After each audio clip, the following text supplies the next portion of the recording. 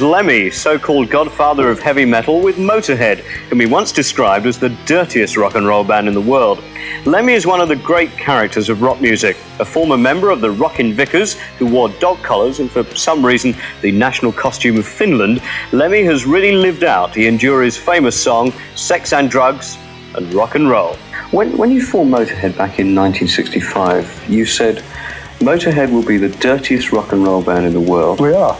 If we move next door, your lawn would die. It has. So you've achieved that ambition. No, I knew I was on safe ground there because the place I was moving into had a concrete lawn next door, so it couldn't be proved wrong.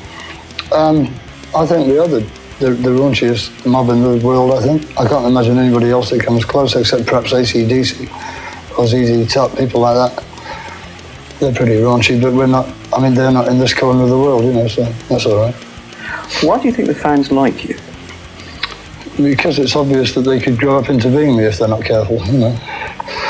I mean, I'm not a star, you know. I don't have a limo waiting outside. I don't have a burly person behind me fighting people off. I go down the marquee, you know, whatever. I go down to gigs. I go out in the crowd and watch the gig, you know. How do the fans react to you when they see you in the local pub down in Notting Hill, or they usually get the double take, you know. Yeah. And then, yeah. No, yes, it is. It is. Well, ask him then, you know. And they come up and say, yeah, my mate says you're Lemmy, is that right? I say, might be. They go, it is, isn't it? Didn't give us a straight answer. So, well, why not, you know? But you are kind of the godfather of heavy metal. I would have thought. Kiss the ring, yeah. I would have thought that the fans would feel kind of distance from you. Well, they can't if you're in the same boozer, can they? Emotionally. Emotionally? Yeah. Emotionally distant? No, I'm emotionally closer to the fans than I am in any other way. Because I still feel like, I remember how it felt to be a fan, right? I was in the Beatles fan club, mate, me. And I used to go, you know, to all the Gene Vincent gigs and stuff like that when he was living over here, and all, I love it, you know. So that's, we're more or less the same people. So what does heavy metal mean to you?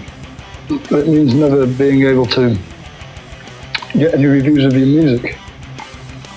You get reviews of your bullet belt, and you get reviews of how loud it was, you get reviews of what the crowd looked like, and you get reviews of how ugly you were, or you didn't have a shave that day, but you very rarely get anybody taking your music apart and looking at it, you know, ever. Whereas they love to analyse stuff that I think is vastly inferior because it has the right haircut or whatever, you know.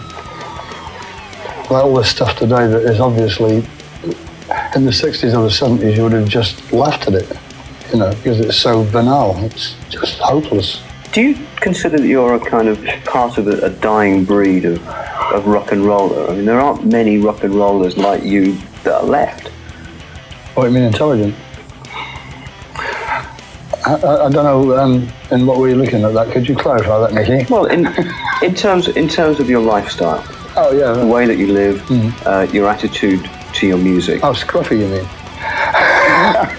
Yeah. You are a rock and roller, and there aren't many rock and rollers like you left. Well, there aren't many people who remember rock and roll, you know, left in the music business. What there is are people who came up post-Beatles, more or less, what you've got.